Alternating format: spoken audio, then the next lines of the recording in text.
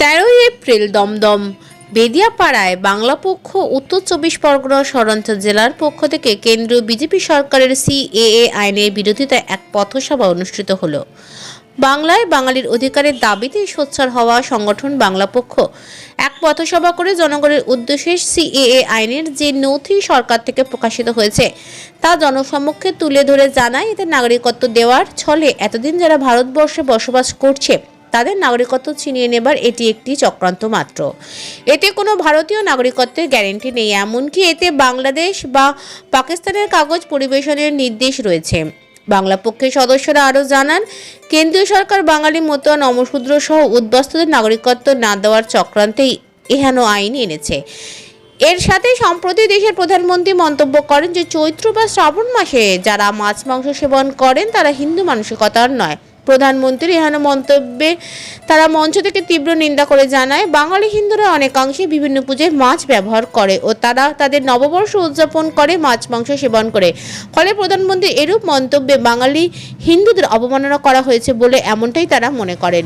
এই দিন বাংলাপক্ষ সংগঠন থেকে মঞ্চে উপস্থিত ছিলেন সংগঠনের সাধারণ সম্পাদক গর্গ চট্টোপাধ্যায়, শীর্ষ পরিষদ সদস্য কৌশিক মাইতি, উত্তর 24 পরগনা শহরাঞ্চল জেলার সম্পাদক পিন্টু রায়, অভিজিৎ দে, সুদীপ্ত দাস সহ অন্যান্যরা।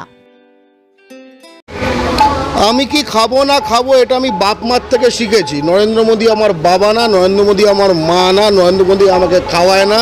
নরেন্দ্র মোদী, আমি যে বাঙালির রক্তে স্বাধীন হয়েছে সেই ভারতবর্ষে ইউপি, বিহার, গুজরাট ইত্যাদি এসব জায়গা থেকে ভোট পেয়ে নরেন্দ্র মোদী কেন্দ্র সরকারের প্রধানমন্ত্রী। ঠিক আছে, উনি নিজের সীমারেখাটা একটু বুঝুন, নিজের সীমারেখাটা বুঝুন। এটা বাংলার মাটি, এটা মা কালীর মাটি। এখানে যখন মায়েরা জোড়া পাটা মানত করে কালী মন্দিরে গিয়ে, তখন এই মাটিতে হিন্দু ধর্মই সশক্ত হয়। নরেন্দ্র মোদীরা আমাদের হিন্দু ধর্মের অংশ নন, ওনারা সেই এমন এক ধর্মের অংশ যেখানে মা কালীর জোড়া পাঠা বলি সেটা পাপ। ওরা এমন এক ধর্মের অংশ যেখানে আমরা এই যে আমি একটা ছবি দেখাতে চাই, এই পুজোর সময় এই 11ই এপ্রিল যে সময়ের কথা বলছে, সেই সময় দাঁড়িয়ে যখন বাঙালিরা এই ধরনের নিজেদের মতো যে ধর্ম করছে, সেই সময় দাঁড়িয়ে তারা যে বলল যে যারা এই রকম সময়ে কি চৈত কি একটা বলছে, চৈত ব্যাপারটা কি আমি ঠিক জানি না। আমি এই ছবিটা দেখাতে চাই, এই ছবিটা অনেক কিছু বলে দেবে। এটা পাবদা মাছ, এটা জবা ফুল, এবং এতে 11ই এপ্রিল ছবি দেওয়া রয়েছে। এটা উত্তরপাড়ায় আমার এই যে পুজো, এই যে আমার বোন, এই যে তার যে ধর্ম, এগুলোতে যার সমস্যা আছে, বাংলা পক্ষর অবশ্যই তাকে নিয়ে সমস্যা আছে। বাংলা পক্ষ স্পষ্ট বলে দিতে চায়, বাংলার মাটিতে হিন্দু বাঙালি কি খাবে, কি পড়বে, কোন মাসে কি খাবে, কি পুজো দেবে, কাকে পুজো দেবে, এটা কোনো গুজরাটি ঠিক করে দেবে না। আমরা গান্ধী, জিন্না, প্যাটেল, মোদি, এদের থেকে সুভাষ, বাঘাযতীন, সূর্য সেন, ক্ষুদিরামের জাতি জ্ঞান নেবে না। বাংলা পক্ষ এতদিন ধরে দাবি করতো যে বাঙালি মাছ মাংস খায় বলে বাঙালিকে গুজরাটিরা, ইউপির লোকজন এবং বিজেপি দল আমাদেরকে হিন্দু মনে করে না।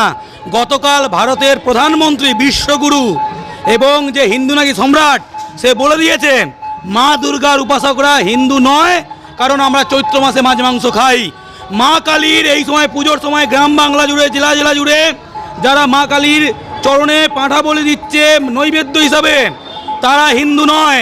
গ্রামে গ্রামে গোটা জেলা জুড়ে মনসা পুজো হচ্ছে, পাঁঠা বলি হচ্ছে এই সময় চৈত্র মাসে, তারা নাকি হিন্দু নয়। আগামীকাল 1লা বৈশাখ, বাঙালির উৎসবের দিন, নববর্ষের দিন, আগামীকাল খাসির মাংস দোকানে লাইন পড়ে যাবে, মাছের দোকানে লাইন পড়ে যাবে, মাংসের দোকানে লাইন পড়ে যাবে। তারা নাকি হিন্দু নয়, আমরা হিন্দু নয়, এই সার্টিফিকেট আমাদের কোনো গুজরাটি এবং কোনো ইউপি কোনো বিজেপি লোক দেবে? ভাবুন তো, যারা বিজেপি করে বাংলায় তারা মাছ মাংস খায় না? তারা পয়লা বৈশাখে মাছ মাংস খাবে না? তারা 10 দিনে মাছ মাংস খায়নি? নিজেকে যতই বড় হিন্দু মনে করো, বিজেপি করলে ভাবো বড় হিন্দু। বিজেপি তোমাদের হিন্দু মনে করে না। আমরা পরিষ্কার করে বলতে চাই, আমরা বিবেকানন্দ জাতির লোক, কারোর থেকে হিন্দু ধর্মের সার্টিফিকেট চাই না। মা কালীর উপাসক, মা দুর্গার উপাসক, মাছ মাংস খাতে এলে মুখে মাংসর মুড়ো ঠুসে দেওয়া হবে। জয় বাংলা। সিএতে কি বলা আছে? 1947-এর পরে যারা উদ্বাস্তু বাঙালি, দেশভাগের বলি হওয়া বাঙালি, দাঙ্গার বলি হওয়া বাঙালি, ধর্মীয় নির্যাতনের বলি হওয়া বাঙালি, রাতের অন্ধকারে সাঁতরে এক বস্ত্রে কেউ ধর্ষিতা হয়ে এই বাংলায় চলে এসেছে, তাদেরকে বলা হচ্ছে অবৈধ বাংলাদেশি। বিজেপি বলছে হিন্দু বাঙালিরা 1947 সালের পর যারা এসেছে প্রত্যেকে অবৈধ বাংলাদেশি, নিজেকে অবৈধ ঘোষণা করতে হবে। কোনো দল অবৈধ বলেনি, কংগ্রেস, সিপিএম, তৃণমূল, বাংলা কেউ অবৈধ বলেনি। বিজেপি অবৈধ বলছে হিন্দু বাঙালিকে, লজ্জাজনক। এবং বাংলাদেশ পাকিস্তানের কাগজ না থাকলে কেউ আবেদনই করতে পারবে না। এদিকে বলছে অবৈধ বাঙালি, আবেদন করতে পারবে না। এই মানুষগুলো কোথায় যাবে? ডিটেনশন ক্যাম্পে? আধার কার্ড বাতিল হবে, যেমন 18,000 লোকের আধার কার্ড বাতিল হয়েছিল। করবেটা কি? হিন্দু বাঙালির এই ক্ষতি কেউ জীবনে করেনি, কেউ নাগরিকত্ব নিয়ে প্রশ্ন করেনি, কেউ দেশ নিয়ে প্রশ্ন করেনি, কেউ দেশভাগের যন্ত্রণায় ক্ষতে নুনে ছিঁড়ে দেয়নি। মোদি দিচ্ছে, বিজেপি দিচ্ছে, অমিত শাহ দিচ্ছে, শুভেন্দু অধিকারী দিচ্ছে। জানেন তো, আমরা সিএ নিয়ে অনেক প্রথম দিন থেকে আমরা কাগজ দেখিয়ে আমরা পথসভা করছি। আজকেও করলাম এই দমদম অঞ্চলে, বেদিয়াপাড়া সংলগ্ন অঞ্চলে আজকে আমাদের পথসভা ছিল। বাঙালির ঘুম ভাঙতে একটু দেরি হয়, সুতরাং একটু সময় লাগবে, কিন্তু বাঙালি যখন জেগে যাবে তখন তো জানেন ব্রিটিশকে আমরা তাড়িয়েছি, মুঘল তাড়িয়েছি। সুতরাং যারা এই বাঙালিকে নাগরিকত্ব নাগরিক চেষ্টা করছে, রাষ্ট্রহীন করার চেষ্টা করছে, আমাদের নাগরিকত্ব নিয়ে প্রশ্ন তুলছে, তারা বুঝতে পারবে যেদিনকে বাঙালি জেগে যাবে। সুতরাং আমরা যাদের নির্বাচিত করে এনেছি, রাষ্ট্রের প্রধানমন্ত্রীকে আমরা নির্বাচিত করেছি, আমাদের রাজ্যের মুখ্যমন্ত্রীকে আমরা নির্বাচিত করেছি, আমাদের কাগজ দেখানোর কোনো প্রয়োজন পড়ে না বলে আমরা মনে করি না। জয় বাংলা। আজকে বাংলা পক্ষের এই পথসভা থেকে আমরা একটাই বার্তা দিলাম, প্রধানত বার্তা বাঙালির যে মরণফাঁদ সিএর কার্যকারিতা সম্পর্কে।